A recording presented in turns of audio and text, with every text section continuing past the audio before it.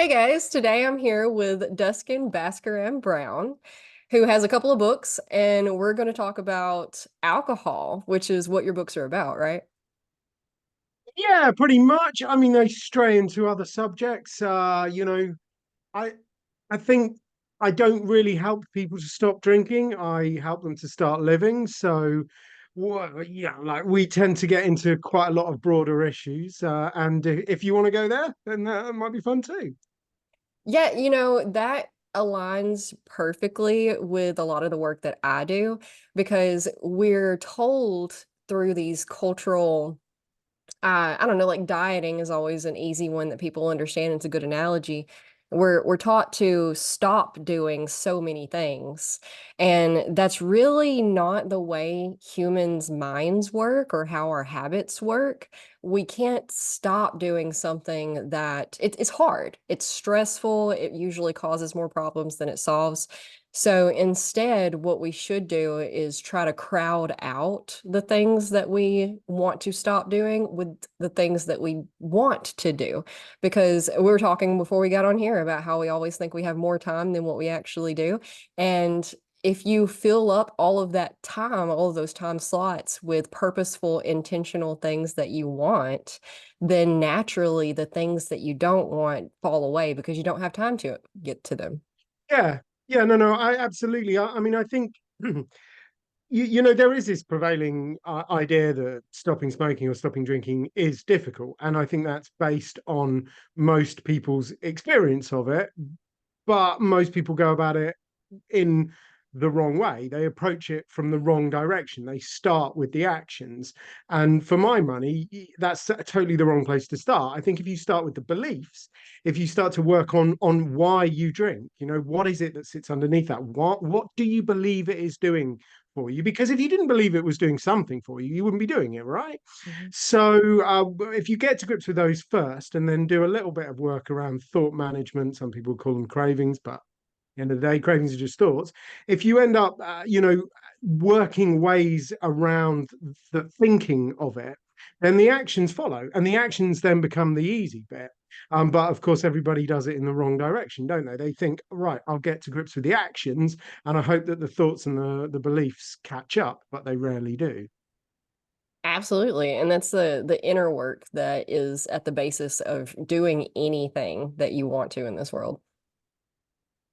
Absolutely, absolutely. And the work that I do with people is on one level. And sometimes we discover other work that needs to be done on a much deeper level because everybody has trauma in their life. I mean, it's just like the only way to not have hard, difficult things happen to you is to not be alive because like like you can't be a human being without having a mother and a father, which is all manner of trouble because even if they're actually quite nice to you, at some point they're going to die and leave you in the lurch, and that's not going to help, is it? So there's no way that you can actually exist without having traumatic events happen to you.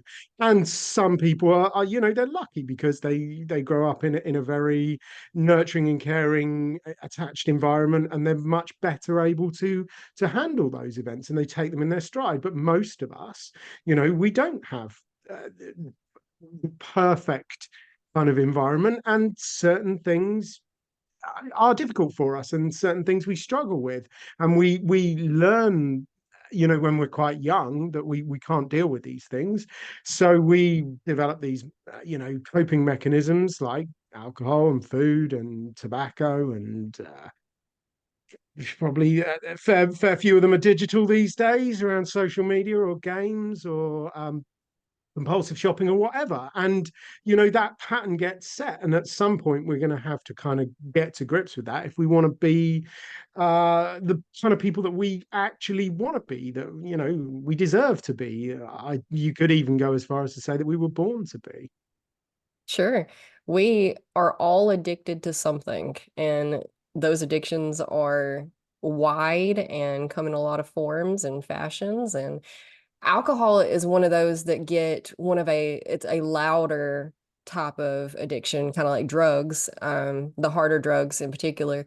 But Shopping is just as bad of an addiction as gambling, as food. Food is something really interesting because it is probably just as detrimental if you're not, the standard diet for most people is a lot of processed foods, a lot of sugar, a lot of things.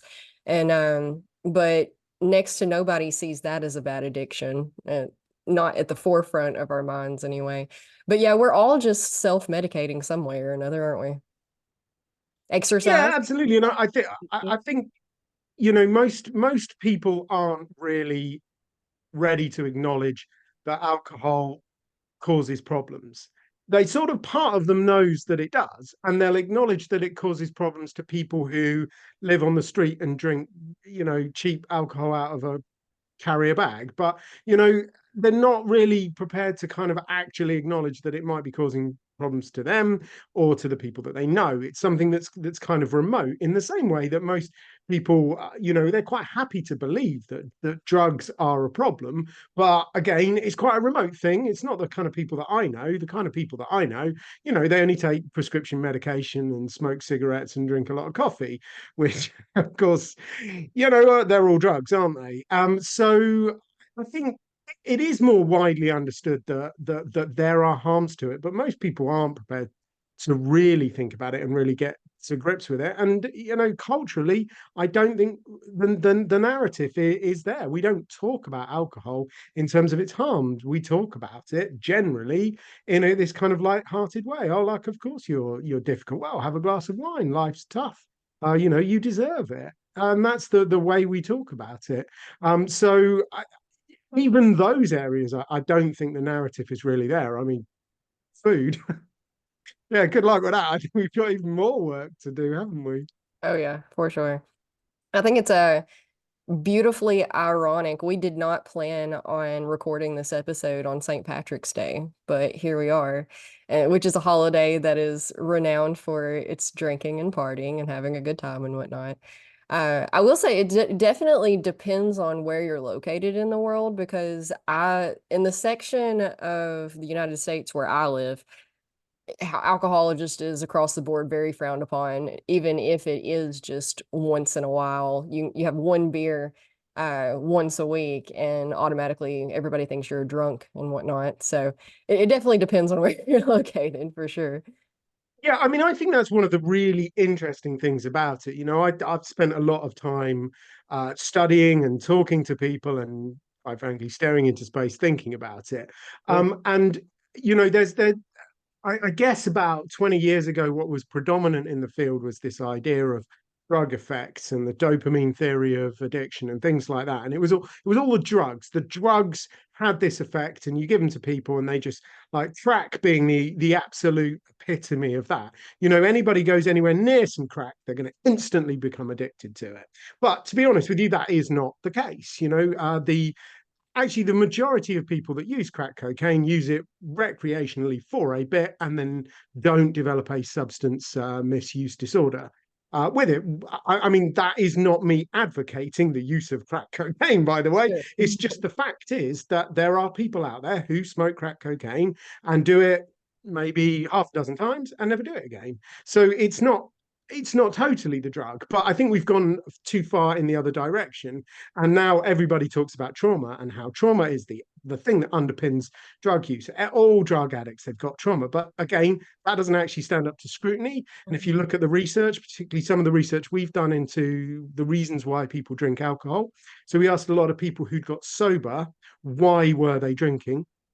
And about well, there were three groups essentially. One of them, there was a lot of childhood trauma, and that doesn't surprise very much. Another group had traumatic events in their adult life, so they probably weren't drinking at an unusual level before that happened, and that was what triggered the increase in their drinking. And then you get another group of people who don't appear to have any kind of underlying serious unprocessed trauma. They might have a bit of social anxiety. They might wonder about where they fit in. They might actually just, be in a group of people who a lot of them drank for whatever reasons, or they might have gone into an industry. So there's a lot of drinking in the armed forces, for example. There's a lot of drinking in the financial sector. If you end up in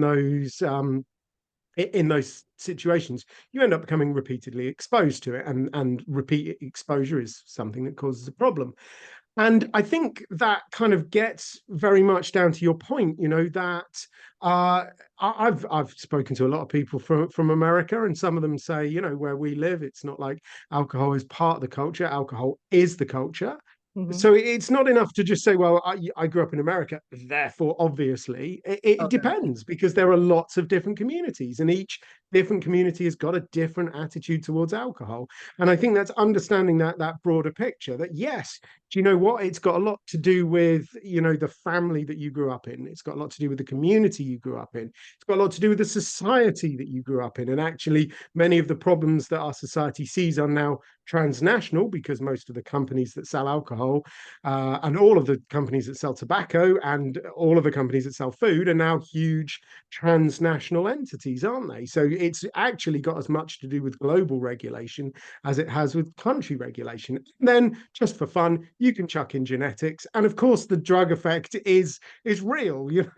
Drugs are addictive. That's one of the things about it. So it's this kind of like constellation of effects, and sometimes I think we look down on people for their behavior, and we say we'd never do that, and it's like, well, yeah, but if you were them, you would do that, because they are a victim of this constellation of effects. Sure. And we think that people should just do better, but it's so complicated in that. And man, we could really dissect this for a while. I have a cousin who we recently lost to addiction. He died a year ago in January, so it's been very recent-ish. And Mm. he fell into the category of just, yeah, I guess it was just the culture that he fell into. And even though we grew up in the same area, the culture in which I was exposed to was very different to the culture in which he was exposed to. So, and our family always compared us because we were the same age, and they were like, "Oh, I'm so glad that you made the right decisions and you did good, and I hate that he didn't, and why couldn't have he just like you?" And the truth of the matter is that had we continued to be close into our teen, because we were very close as children, but then when we became teenagers, he went his way and I went my way. And had that not occurred, it's a very high likely chance that I would have ended up just like he was. Mm. Yeah, yeah. I mean, I think that's one of the things that we really misunderestimate about the places that we live in. We spend a lot of time with the people that we spend a lot of time with, and the people that we spend a lot of time with tend to be like us, and they tend to have similar experience. So, if you've got a reasonably well-paying job and a college education, most of the people that you spend your time with will have reasonably well-paying jobs and college educations, and they will be very similar to you.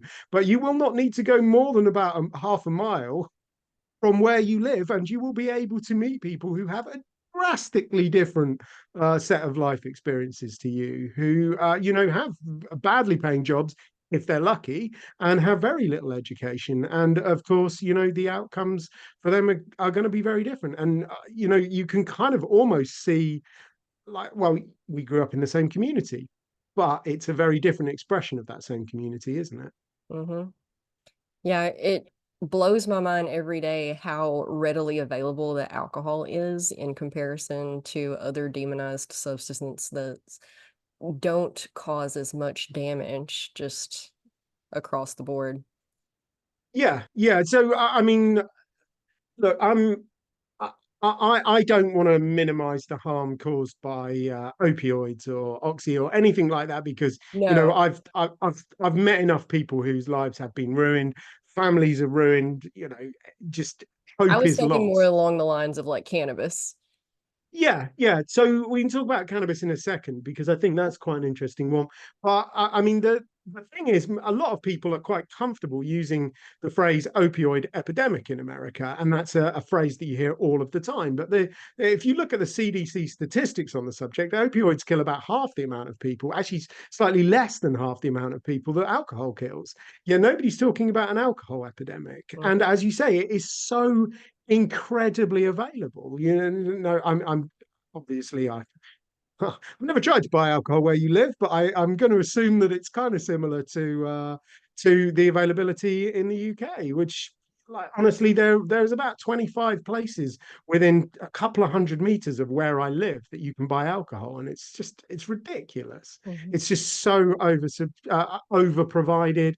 And actually, it's cheap. I know everybody's thinking a lot about the cost of living, and they're always telling you that the prices are going up. But actually, the way alcohol is taxed, and I know that varies from state to state in the US, but certainly the way it's taxed in the UK, it's taxed as an amount on like a barrel of beer. You pay $20 on the entire barrel, and it's been that way for years. So the barrel of beer is getting more and more expensive, but you're still paying $20 of tax on it. So actually, the amount of tax on it in real terms is going down. And that's why alcohol is about 75% cheaper than it was 30 years ago in real terms. So availability and cost is a huge issue. Mhm. Um, but yeah, marijuana, that's an interesting one. I think if you look at the statistics on addiction to marijuana, it compares quite well with alcohol. Alcohol, about 20% of the people that try it will end up having some sort of substance use disorder. Marijuana, it's more like 9%. So it's a lot less addictive as a substance. So yeah, I mean, I think you could make a strong case for making alcohol illegal and marijuana completely legal. It's not without its problems, and particularly if you're smoking the very strong stuff, you've got to be a little bit careful, and you've got to be very careful about it if you're anything under about the age of 25, because any of these kind of drugs, these intoxicants, have a more of an effect on a developing brain. So you know. Under the age of 25, you do need to be very, very careful with it, which is the unfortunate fact is that's when most people smoke it, isn't it? Yeah, yeah, they do generally get to it when they're teenagers or children even. I think I was probably 12 when it was first introduced to me, which is insane because I have a 10-year-old and what? Yeah, yeah, yeah. And I mean, that's one of those things that I mean, my daughter's 8, so I kind of like starting to worry about that sort of stuff myself. And you know what? I'd love to live in a world where it just wasn't a problem, but we don't live in a world like that, do we? So you can't prepare the path for the child. You can only prepare the child for the path. And I think, being honest and talking about it, and saying, uh, giving them some of the information about what the consequences of it can be. I think that's the way to progress. But you really do have to have a strong relationship with your kids, and of course, those teenage years, that is when that relationship gets most tested. Mhm. Yeah, that's why I've always said that you should do a lot of the forefront work before they get to teenagers. People are always my ever since I had children, and anybody who has children has heard it 1,000 times, like, oh, just wait until the teenage years. Oh, just wait. And I've always, because I can think ahead like that, have put a lot of time and energy into cultivating the relationship I have with them as children because that's when the work that's when it matters the most. By the time they hit teenage years, there's not a whole lot that you can do really. You can guide them a little bit, but they're becoming an adult. They're becoming their independent person of you. And so you really got to do all of the forefront work so that when they do come to the teenage years, they feel comfortable being honest with you about what's going on in their lives. They become comfortable, respect you enough to ask your advice on things and really take it into consideration and all of that. But time will tell. None of us can predict the future and how things are going to land. Yeah, but I think you're absolutely right about the whole trust and the relationship thing, because absolutely they are going to get their advice from someone. Somewhere. And if you haven't done the work to kind of maintain that relationship, then they are going to get the advice from their friends. Mm. And I was one of those friends, so I know how bad that advice is going to be. So you got to I'm a big fan of Gabor Mate, of course, because like that's a legal obligation these days. But the book that he co-wrote, "Keep Your Kids Close," is amazing. I'm a huge fan of that. That's been very influential on me. But I think there is another quite interesting point around the relationship that adults have with certain things like alcohol. Because if you don't have a good relationship with alcohol, you are going to struggle trying to help your children have a good relationship with alcohol. Because at the end of the day, you can't give your children something you don't have. Yeah. I know this because my daughter is always asking for a unicorn, and I'm not able to give her one. So some of the time, I think the most important thing that we can do as parents is make sure that our relationships with intoxicants are actually as good as they can be. Because otherwise, you just end up, like it always puts me in mind of the Beastie Boys. They were very dialed in on the hypocrisy of adults who would tell them not to smoke while smoking 2 packs a day. And absolutely. So you've got to maintain the relationship, but you've got to also work on your own relationships as well. Yeah, that do as I say, not as I do mindset does not work. They're going to hear you. They hear you. They don't care because they see you. And seeing you is going to have a lot bigger effect than hearing you ever will. Yeah. I think the only piece of childcare advice that I've ever heard that is of any value at all that ever rings true is that your kids will ignore everything you say and copy everything you do. Absolutely. And yes, I agree completely. And that's why you have to model the best behavior in all of the things. And I'm not into, I don't know how this became an episode about parenting, but I love it. Uh, I'm not into hiding things from my children, sheltering them, protecting them. I was accidentally sheltered and wound up in my 20s like completely shocked at the world and what was in it and how to navigate it and all of that, and it did me a whole lot of more harm than it did good. So I have never hid anything from my children. Now of course there's age appropriate things. I'm not saying just find a dramatic far reaching terrible thing you don't want to tell your 5-year-old, that's fine. But as it becomes age appropriate, instead of shooing them away or making up some kind of story or lying, you just be honest with them. And emotions is another thing. People think that you shouldn't fight in front of your kids and you shouldn't cry in front of your kids and all of that. And I don't think that that's true either, because modeling the behavior of it's okay to get angry sometimes. The way you go about it from there, though, is, healthy anger management versus toxic anger management, or, emotions. It's safe to have emotions.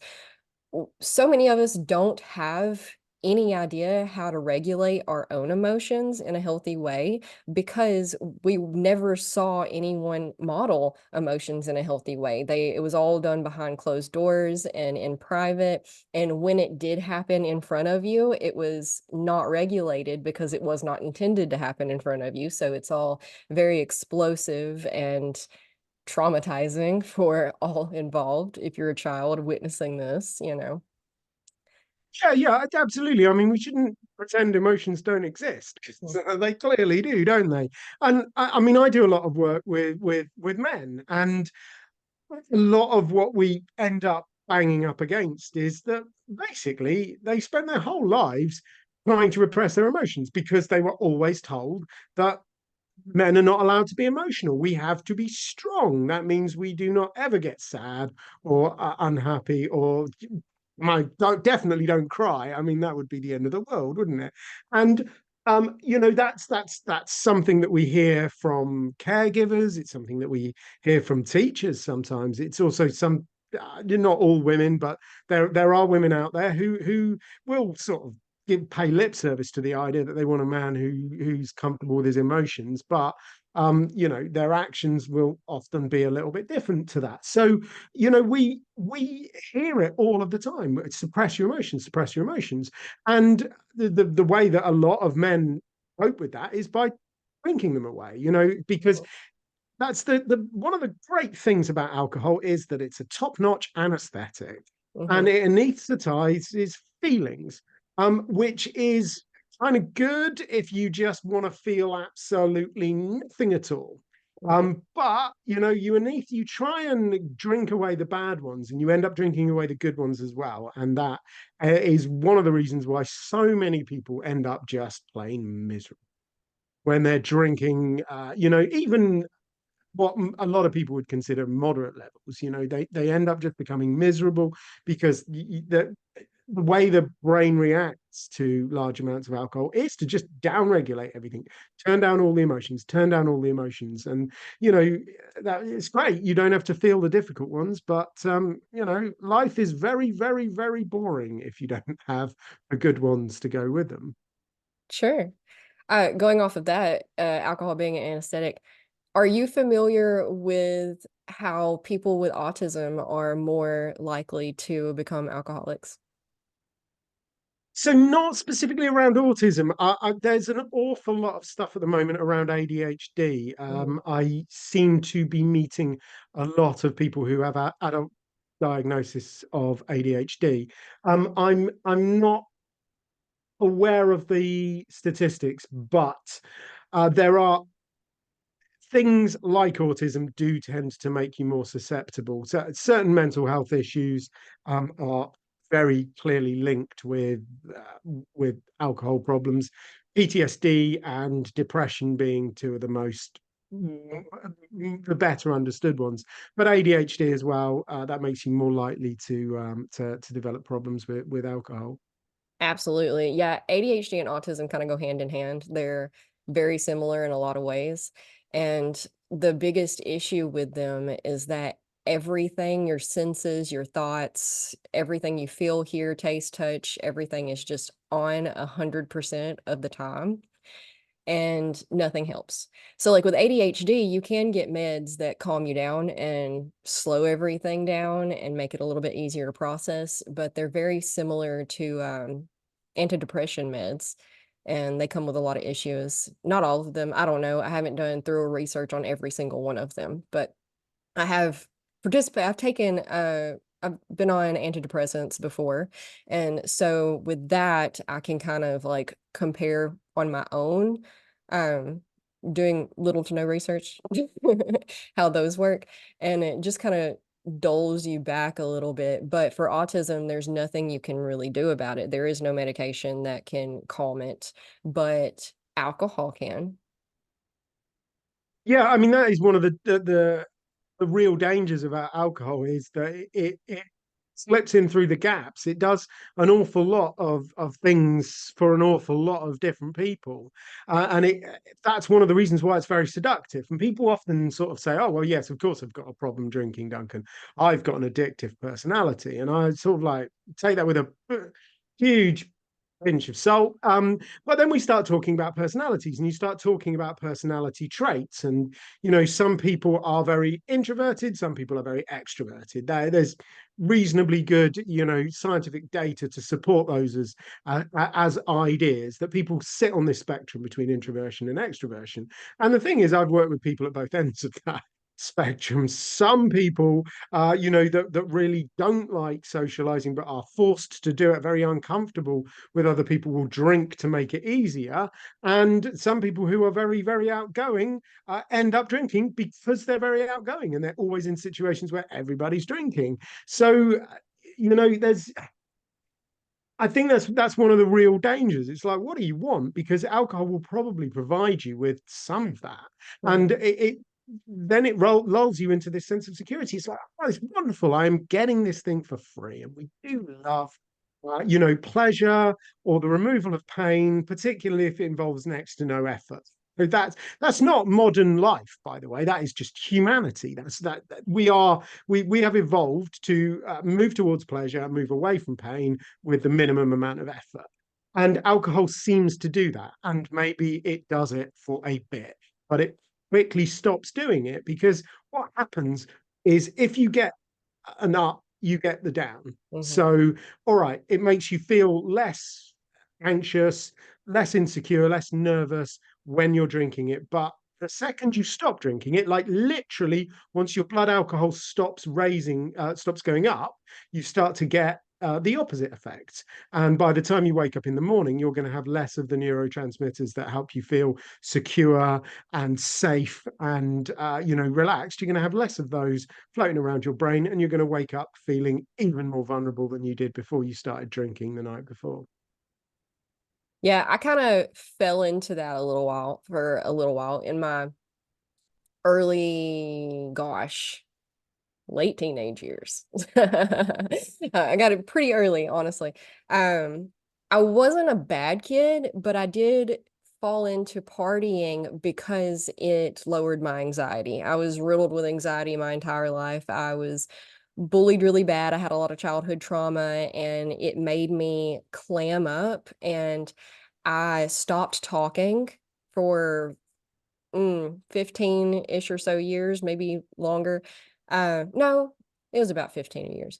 But anyway, I stopped moving. I was stiff and my head was down, and I lost range of motion in my neck and shoulders because I was terrified that someone might see me because it wasn't safe for people to see me.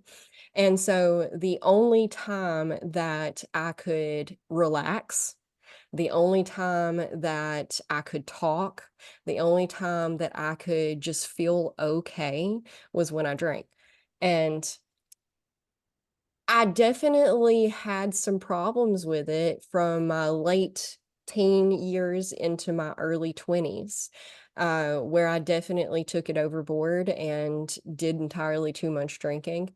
And yeah, so like I get it. But I did come out of it. I didn't stay addicted or anything. I know how to. No, it's good. It's good. But I think it's very interesting, the way you talk about feeling it very much in your neck. And I think that's one of the things that I come across a lot with people. Kind of like both ends. The people that I work with when they're interested in stopping drinking and turning their lives around, but also I spend a lot of time talking to very successful people who've stopped drinking, and I like to kind of try and understand what is it that keeps them sober. I say I try and understand it. I'm basically completely obsessed with it. So one of the things that comes up an awful lot are these very kind of physical therapeutic activities. Yoga being the classic example. I mean, you can't go for more than 10 minutes talking about sobriety and not have somebody mention yoga, but there's a lot of other things. Massage is very useful. Pranic breathing, any kind of breath work, that's enormously helpful to reconnect us with our bodies, because part of what we were doing when we were drinking was trying to disassociate ourselves from our bodies, because that was where we stored the pain and the trauma and those feelings. I mean, that's what they're called. They are feelings. You feel them in your body. So helping people to find a better way to process those feelings and to deal with them, means we often stray into very physical areas. And I'm a huge fan of dancing. I think that the world needs more dancing. That and inline skating, but I think that's probably a harder sell. So I just go dancing. We need more dancing. I agree entirely. I teach yoga, and when I was in my early 20s is when I started. Actually, it was probably like I was probably like 18 or 19 when I started getting into yoga. So that absolutely helps, and I agree that dancing does too, and that's helped me in both things. But we have these trapped emotions in our body, and we don't correlate. It's a new concept, not really. It's not a new concept. It's a very ancient concept, but it's just now getting into the mainstream and the science is catching up with so that we can understand that emotions are not just a part of our brains and our thoughts, because that's how we've kind of treated them until like, well, now, but we're starting not to. But they are actually stuck in your body in the form of the way I always break it down so that people understand it from a scientific point of view is in a nutshell at best, but chemical or feelings, emotions are just chemicals in your body.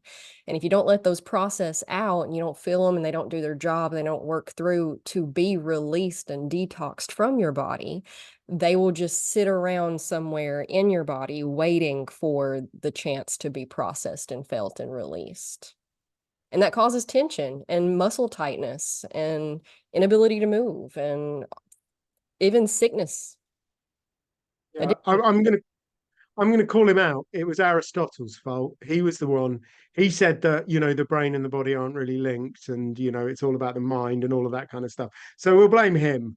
But, I think you're right. It's good to see that the rest of the world is catching up, that there is, uh, you know, there's this link between how you feel and how you think, and it's great. I mean, it's coming from a lot of different research. So the whole idea about gut health and how that impacts on your thinking, that's enormously interesting. But yeah, certainly, the work that I do, that kind of idea of being able to work your way through those emotions very physically. I know, as I said, I work a lot with men, so sometimes we talk more about sport, but seriously, a good game of football, actually it's got a lot to it, hasn't it? Because it's got community, which is incredibly important. It's got the kind of the physical exercise component, which keeps you healthy, which is enormously important. But actually, it has an emotional concept, an emotional part to it, much as most men wouldn't like to admit that. Yeah, that's a part of it. It actually it can really help you to work your way through the stresses and strains of life. Yeah, because once you heal that thing that came up, you learn a lesson from it and you can take that into you take that lesson with the coping skills that you just learned through processing it, and then you get to apply that to the new things coming into your life because we're always going to be met with new problems and new emotional turmoil and new traumas and new things. The only constant in life is change. And if you don't process what you already have, man, your toxicity bucket is going to get full and start overflowing. And then you're going to end up with all sorts of diseases and sicknesses on top of everything else that you have going on. But if you can process that stuff, it's all about healthy, it's just healthy healing stuff.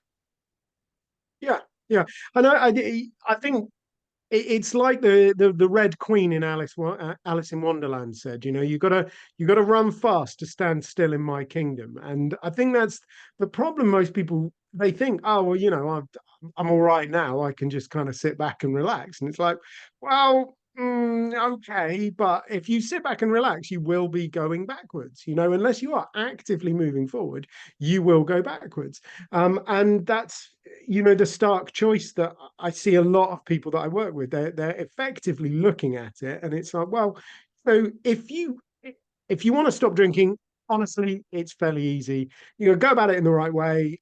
You can stop drinking for a month without too much hardship.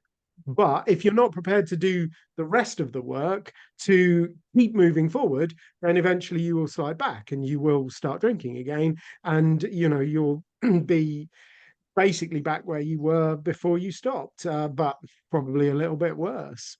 Hmm. So what's your story? How'd you end up here?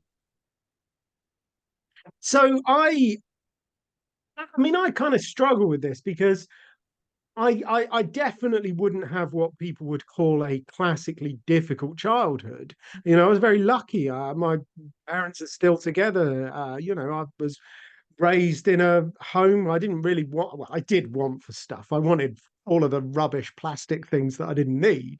But all of my basic needs in terms of love and fulfillment and food and all of that sort of stuff, that was all taken care of. So, in one respect, I had a very good childhood, but I kind of struggled at school. It was not really the sort of place that was designed for me because they had one set of expectations about how I should behave, and I had a slightly different set of expectations about how things should be. And it wasn't just that, I wouldn't do what they told me to. I would argue with the fact that what they were telling me to do was basically quite stupid and a waste of all of our time. So why are we doing it? Which, didn't end well, did it? So I think when I was growing up, I didn't have that much. I didn't have that many ways of validating myself, of saying, like what I've got to offer the world. It didn't seem to be very valuable. It certainly wasn't valued in the school system, and that led to, some anxiety and some issues socializing, and I I got to my teens and I got to my teens and then alcohol came along and I thought all my Christmases had come at once. It seemed to just, fill all of the holes. And it just made me confident and it made me funny. I think it even made me better looking, maybe. So it seemed to be doing so much for me. So I went all in with it. I loved it from the start. And, I went on, I went to college. I did quite a bit of drinking there, as most people do, and sort of as I left college, I guess I started this process whereby the amount of people that I drank with slowly went down and down and down and down. So it became less and less social, but the amount I drank went up and up and up and up. So it was more drinking, but with less people. And I took it to its logical conclusions. I ended up sat in my flat pretty much on my own, drinking a couple of bottles of wine every night, which, it wasn't any fun. And if you'd looked at me at the time, you would have said that I was doing quite well. I was outwardly pretty successful. If you'd asked, I would have told you that everything was amazing because I took a good game. Um, and it seemed like it was all going very, very well, but I was honestly pretty miserable at the time. And my wife and I, we'd sort of decided that it was about time to start a family, and that's supposed to be quite good fun, isn't it? And yeah, we sort of threw ourselves into that. And yeah, it did. It seemed like a bit of a new dawn, and it seemed like I stopped smoking around that point, and it seemed like things were getting better, and we were quite optimistic. And then my wife had a miscarriage, and it all got very, very difficult. I mean, obviously, it was very hard on her, but I think the worst thing was that I really wasn't there for her. My coping mechanism was to disappear off into a glass of wine. So I did that, and I just pretty much left her on her own, which is absolutely the worst thing you can do. And it kind of came to a head, and I never stood in front of the mirror at 4 a.m. and actually asked myself this question in a kind of dramatic and moodily lit way, which would, make a great autobiography. But I now realize that I spent a couple of months kind of framing in my mind, what did I want from life? Who was I going to be? What did I want more? Did I want a drink or did I want a family? And the good news is that I picked the right one. And funnily enough, almost exactly 9 months after I'd stopped drinking, our daughter was born, and I haven't looked back. Well, it's beautiful. It hardships like that really do hit you. I have routinely thought about how much harder it must be for other individuals because I smoked cigarettes for from the time I was about 16, 17 until I was 23. I quit everything cold turkey the moment I found out I was pregnant. Drinking, cigarettes, everything. And we also lost our first at 15 weeks. And of course, on the way to the hospital was like, somebody give me a cigarette. And that's when that started back. And as soon as we got home from the hospital, about 3 or 4 days later, was probably I may have had alcohol poisoning because that also, yeah, it throws you right back into it. But we became pregnant with our son, who is fine and here and now and everything. About 6 months later, and again, I quit everything cold turkey and have not looked back since. And I just routinely think about how I had the luck, blessing, I don't really know the word, to have I have another life to take seriously. So that gives me the extra oomph I need to really quit it all and let go of it and never look back. But some people don't have that luxury. And well, I mean, I don't know if it's a luxury, but like that milestone that you can attach the quitting to rather than it's just a regular Tuesday. And now I have to make a decision. Well, I don't have to make a decision. That's the thing. I had to make a decision because I was in that position. But just your regular person on a regular Tuesday who there is no grand interventions coming in, that's a little bit harder, I suppose. Yeah.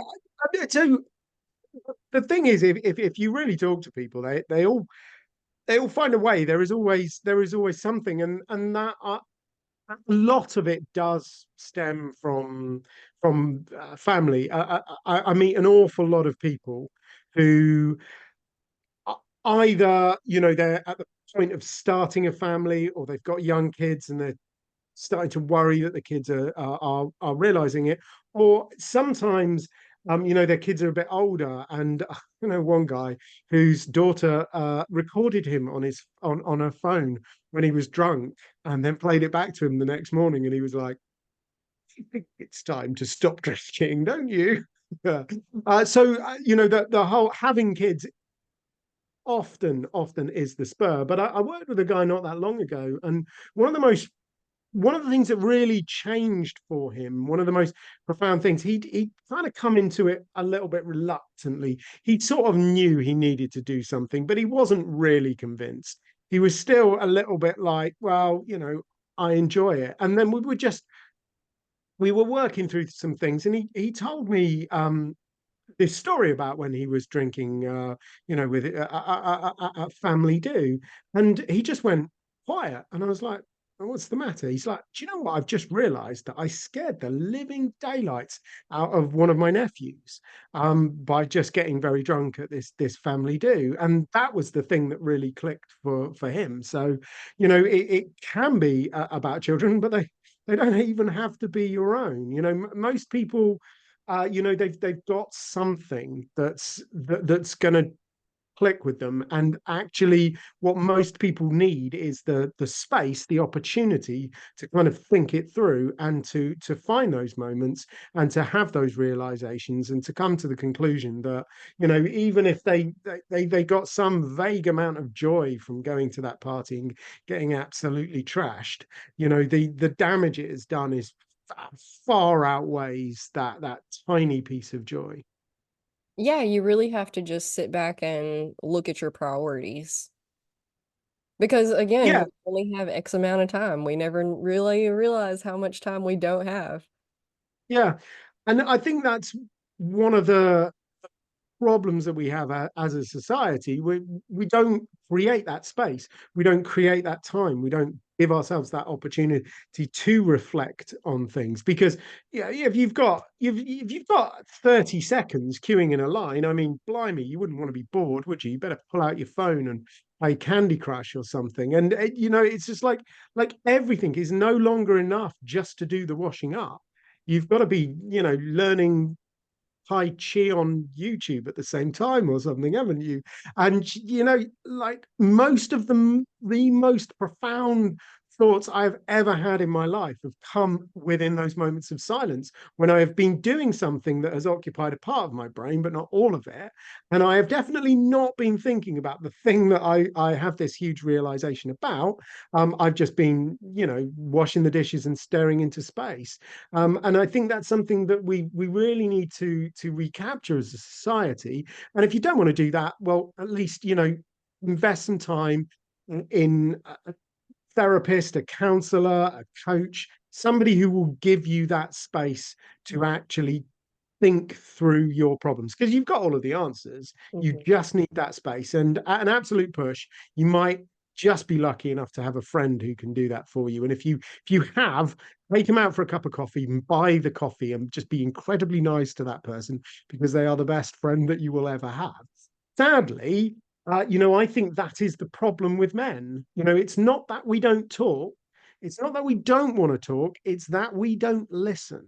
It's that we just fill the dead air with inane chatter about football or music or beer or something. And actually, we just need to give our friends the space to work through their problems. That's the greatest gift we can give our friends, I think. Absolutely. Most problems will go away if we have somebody in our corner who is listening and validating and, yeah, helping us with the space to work through it because we do have all the answers in our heads already. Everything is within us. It's just Yeah, hustle. and I think part of the problem is, most people we want to help, and we misinterpret what helping means. And this, for many years, I would struggle with talking to my wife because my wife would describe a problem and I would go, great, let's put up some shelves. And the thing is, like half the time when she's describing this problem, she doesn't want shelves, she wants a hug. And the other half of the time, she doesn't want me to just rush to the solution. She actually just wants to spend a bit more time defining the problem. Mhm. Because, like, maybe we do need shelves. Maybe we need to get rid of some books. Duncan does own quite a lot of books. But it's like even if shelves were the right answer, she wants to go through the process of thinking it through and coming to the decision that shelves are the answer. And I think it comes from a good place because we want to help, don't we? And we think of doing things as helping, whereas actually so much of the time helping people to formulate the problem accurately in their mind is the greatest help that you can give most people. Yes, that is beautifully put, and I agree completely. Again, it's like with the dieting thing, like the problem is that we don't feel comfortable in our bodies because we would like to lose like 15 pounds. Okay, great. So the solution is automatically eat better. Okay, great. Let me just get on that. But yeah, we need to dissect it, unpack it, figure out why we're making the decisions that we're making and how we can make better decisions and all of that. And I always come back to dieting because that's just an easy to understand analogy. This goes across the board with all of the things, like with drinking. The problem is I'm drinking too much, and okay, well, the solution is to quit. Well, Yeah, great. But there's a whole lot in between that. absolutely. And look, trust me, I've met enough people to know that there is a danger in just quitting. Because if you just quit, half the time you end up transferring what you were doing with alcohol onto something else. And I know this because I did it myself. I stopped drinking, and this little evil voice in my head said, well, now you're not drinking, you can eat pretty much whatever you like, can't you? And before that, I never used to eat sweet stuff. I'm not really that into the sweet foods and that kind of thing. But I stopped drinking, so I had a free pass. So I ate a lot of ice cream and I ate a lot of cookies. And I got to a point where I realized I was just eating the way I was drinking, and it's because what sat beneath the drinking was not being addressed. And the thing is, if you try and address it whilst you're drinking, you're probably going to fail most of the time. And not all of the time, but most of the time, you need to address the drinking so that you can start to develop the self awareness. You can start to reattach your prefrontal cortex so you can do some executive function thinking. Uh, you know, so that's why you need to stop drinking before you do the therapeutic work. That's not universally true. I don't do know quite a few people who have done the therapeutic work and then they've just no longer really wanted to drink, and it's just kind of fallen by the wayside in a beautifully almost accidental kind of a way. But in general, my advice would be stop drinking. It makes doing the therapeutic work easier. But if you stop drinking and don't do the therapeutic work, you will either end up doom scrolling Facebook, going to the gym every day and just pumping iron until you go crazy, or yeah, you'll probably get 3 or 4 promotions at work. You'll be working that hard. And there's the irony, isn't it? There's so many people in the business world who have this bunch of unprocessed trauma, and their way of kind of like dealing with it is just working and focusing and working. And we laud them. We tell them that they are the greatest thing ever. Yet you take that same pain and you channel it into alcohol or heroin or cocaine, and we call you a loser. I agree completely. I've done a lot of episodes on how entrepreneurs and the business world run themselves into the ground trying to prove that they're enough. I did it myself for a lot of years, which I have all of this to show for. That's great. But luckily, I have learned how to incorporate the yin just as much as the yang, because that's where that is. Everything is so a lot these days. It's excessive drinking, excessive food, excessive material goods, excessive consumerism, excessive working, excessive all the things. And because that's what we glorify and that's what we tell everybody, that that's where they need to put their attention. Whereas to keep balance, you have to find the space, the yin, the downtime, the working through my children, to get them to clean their rooms. I tell them about how we have to upkeep what we have, because upkeeping what we have shows gratitude for it. It keeps everything in working condition. It, I don't know how you feel about the law of attraction and whatnot, but I tell them that the universe doesn't give us more if we can't handle taking care of what we already have. And that translates directly to your body as well. Working through your emotions, your belief systems, your traumas, and healing all of that is the upkeep part. This just as much as the sleep and the rest and the exercise and the good diet is. Yeah, so I was watching something recently on Amazon Prime. A great series called Repurposed by a guy called Chris Dreisbach, who's a bit of a sober legend. And he interviewed a guy called Spike, and I can't remember his surname, but he was the vice presidential candidate for the Libertarian Party.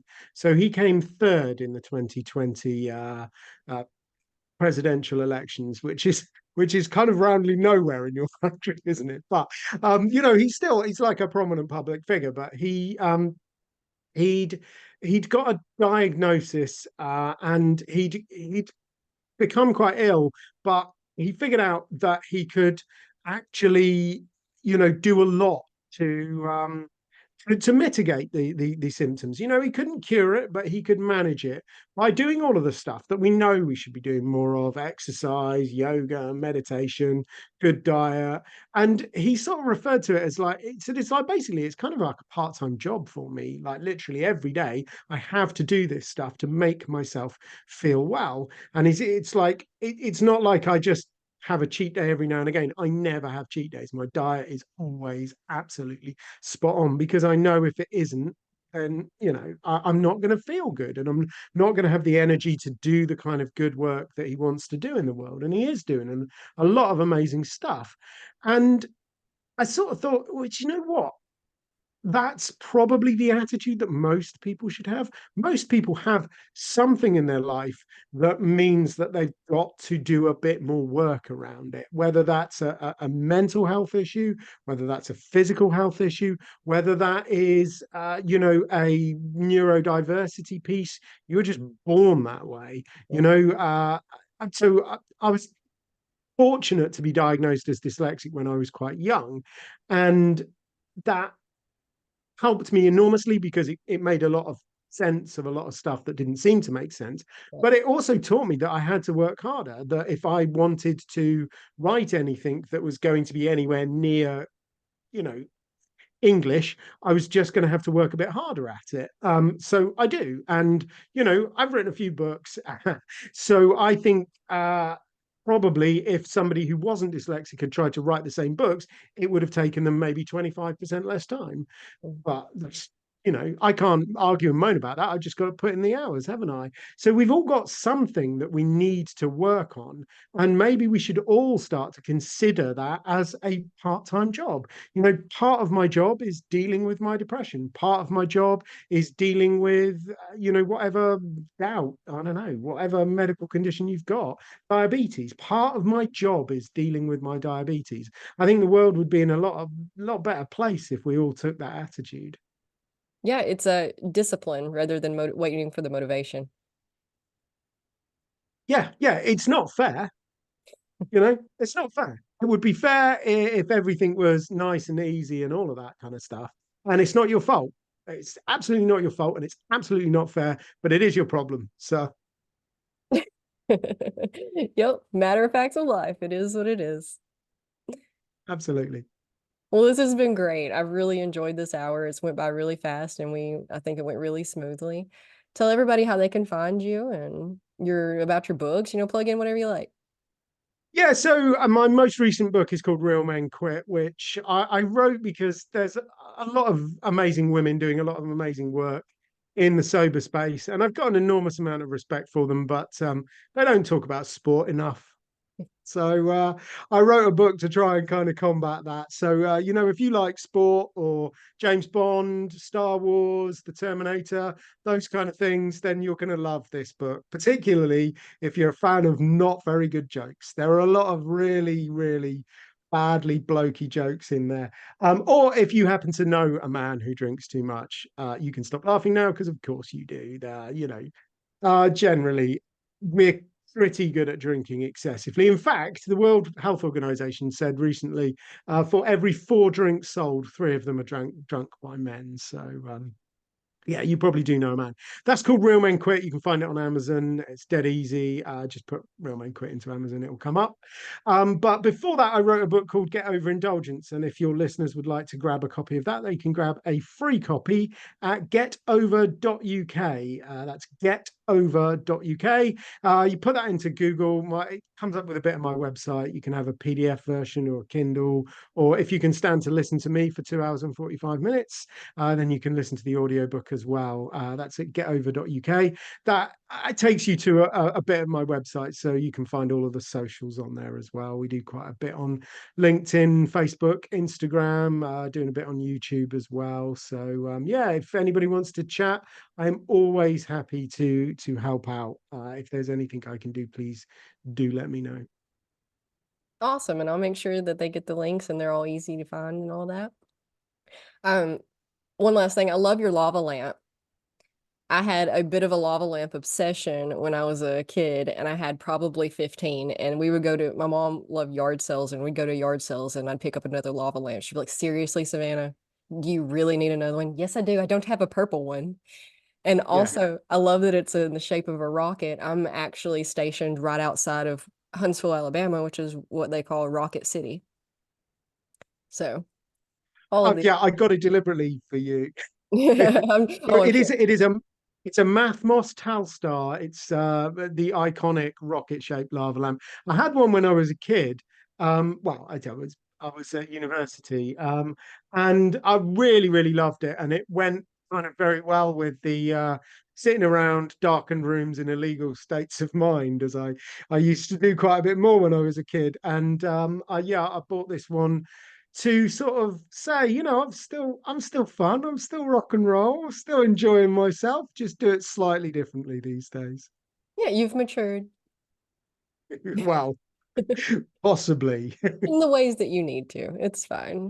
We should all Yeah, be I've certainly developed emotionally speaking. I'm still am a bit of a 5-year-old boy at heart, but as we all are still children on the inside, whether that be hurt children or healed children.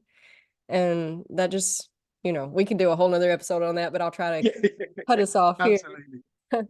Yeah, lava lamps were my first meditation device. I would sit there and just stare at them for hours on end.